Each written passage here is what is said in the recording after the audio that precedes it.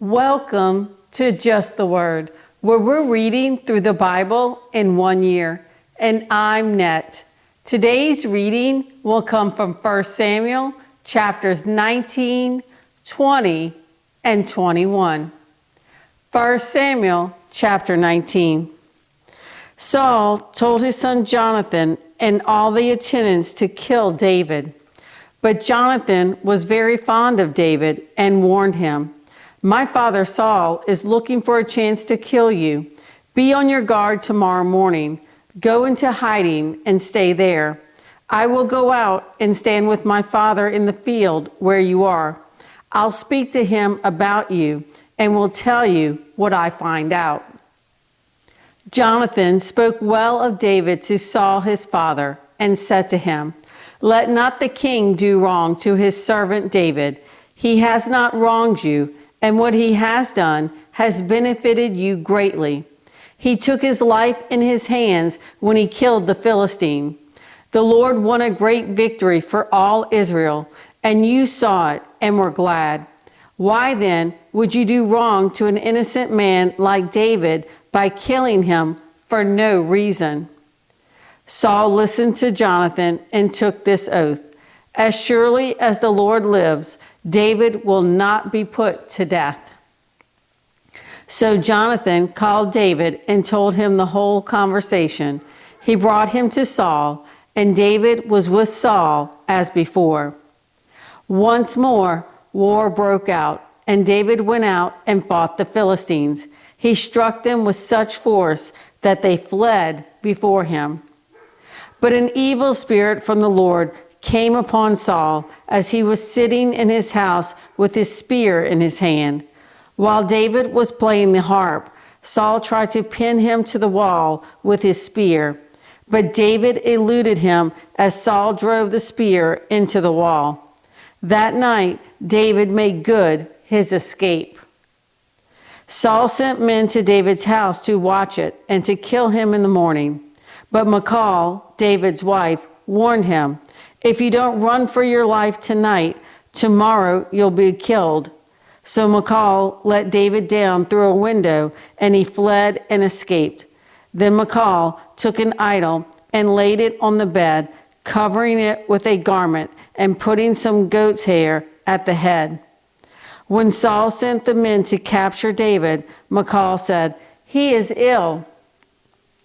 Then Saul sent the men back to see David and told them, "Bring him up to me in his bed so that I may kill him." But when the men entered, there was the idol in the bed, and at the head was some goat's hair.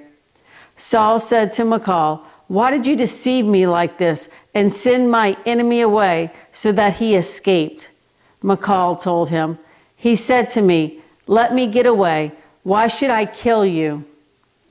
When David had fled and made his escape, he went to Samuel at Ramah and told him all that Saul had done to him.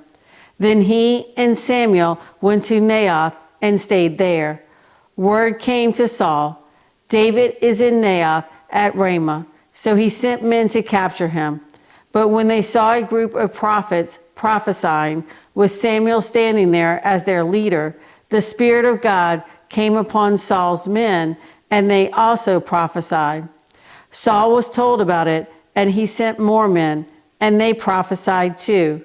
Saul sent men a third time, and they also prophesied. Finally, he himself left for Ramah and went to the great cistern at Seku. And he asked, "Where are Samuel and David?" "Over in Naioth at Ramah," they said. So Saul went to Naioth at Ramah, but the Spirit of God came even upon him, and he walked along prophesying until he came to Naioth. He stripped off his robes and also prophesied in Samuel's presence. He lay that way all that day and night. This is why people say, "Is Saul also among the prophets?" 1 Samuel chapter 12. Then David fled from Naioth at Ramah and went to Jonathan and asked, "What have I done? What is my crime? Have I wronged your father that he is trying to take my life?" "Never," Jonathan replied. "You are not going to die. Look, my father doesn't do anything, great or small, without confiding in me. Why would he hide this from me? It's not so." But David took an oath and said, "Your father knows very well that I have found favor in your eyes." And he has said to himself, "Jonathan must not know this, or he will be grieved. Yet surely as the Lord lives and as you live, there is only a step between me and death." Jonathan said to David, "Whatever you want me to do, I'll do for you." So David said, "Look, tomorrow is the new moon festival, and I am supposed to dine with the king. But let me go and hide in the field until the evening of the day after tomorrow. If your father misses me at all, tell him, 'David earnestly asked my permission to hurry to Bethlehem, his hometown, because an annual sacrifice is being made there for his whole clan.' If he says, 'Very well,' then your servant is safe.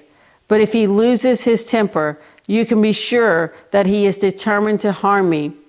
As for you, show kindness to your servant, for you have brought him into a covenant with you before the Lord. If I am guilty, then kill me yourself. Why hand me over to your father?" "Never," Jonathan said. "If I had the least inkling that my father was determined to harm you, wouldn't I tell you?" David asked, "Who will tell me if your father answers you harshly?" "Come," Jonathan said, "let's go out into the field." So they went there together.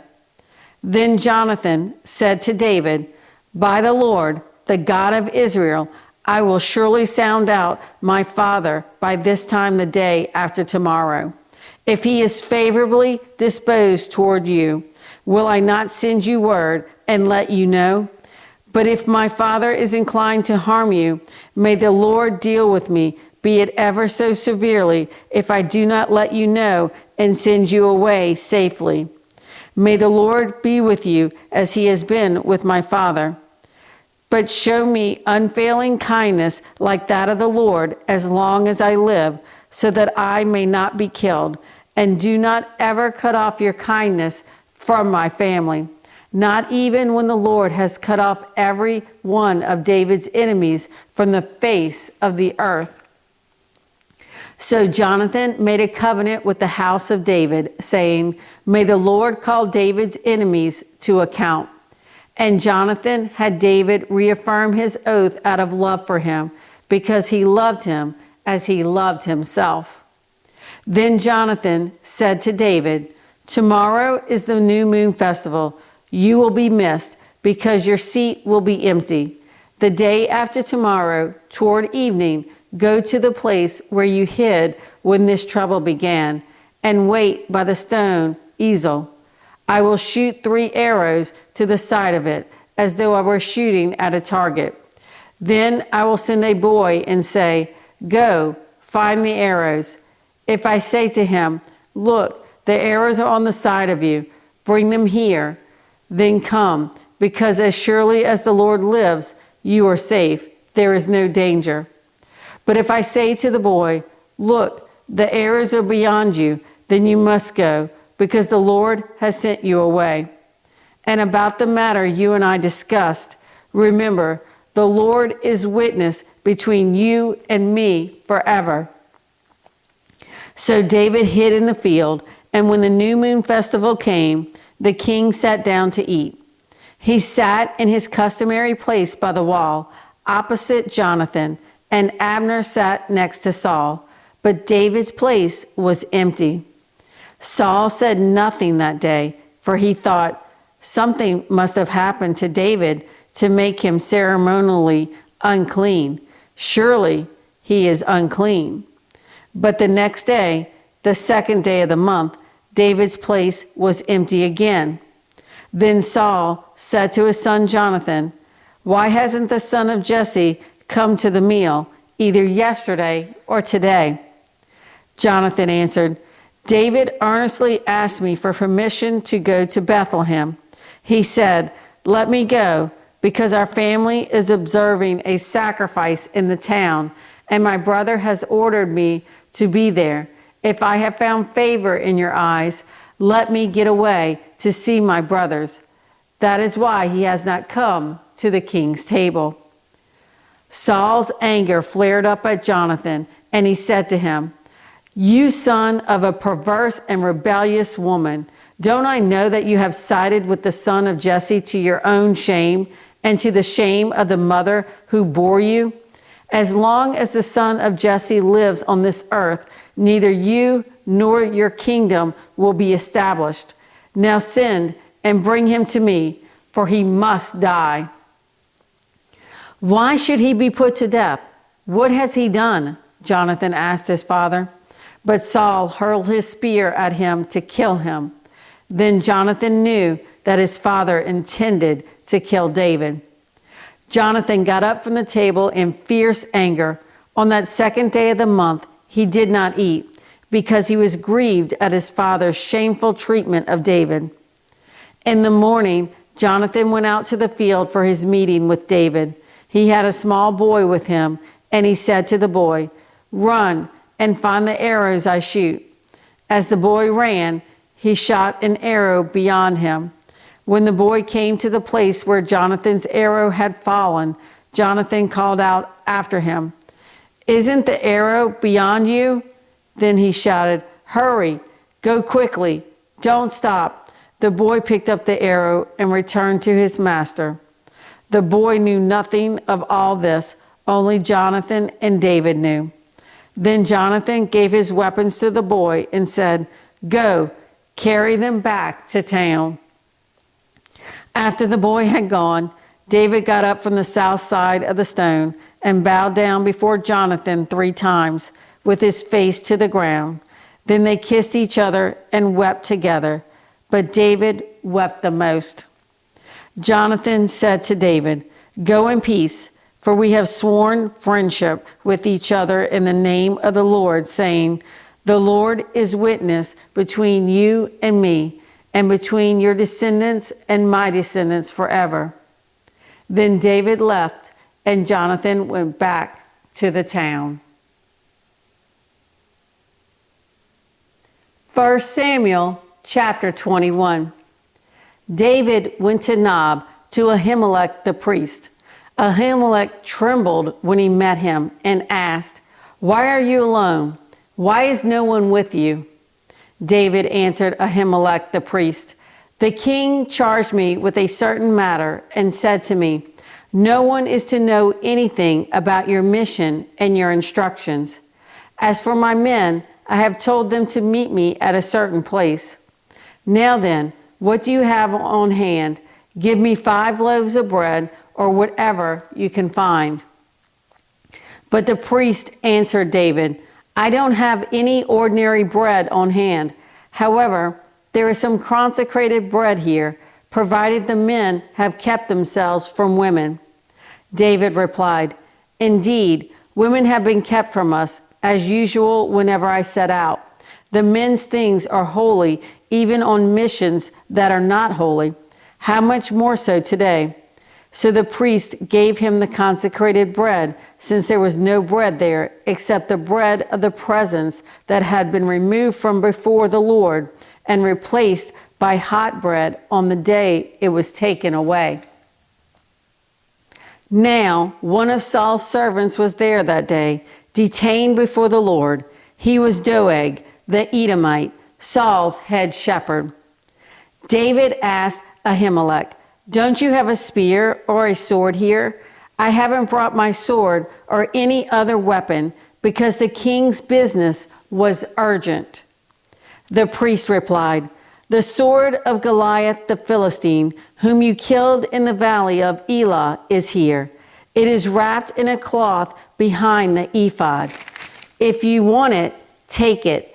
There is no sword here but that one." David said, "There is none like it. Give it to me." That day, David fled from Saul and went to Achish, king of Gath. But the servants of Achish said to him, "Isn't this David, the king of the land? Isn't he the one they sang about in their dances? Saul has slain his thousands, and David his tens of thousands." David took these words to heart and was very much afraid of Achish, king of Gath. So he pretended to be insane in their presence. And while he was in their hands, he acted like a madman, making marks on the doors of the gate and letting saliva run down his beard. Achish said to his servants, "Look at the man. He is insane. Why bring him to me? Am I so short of madmen that you have to bring this fellow here to carry on like this in front of me? Must this man come into my house?" Thanks for joining Just the Word. See you tomorrow.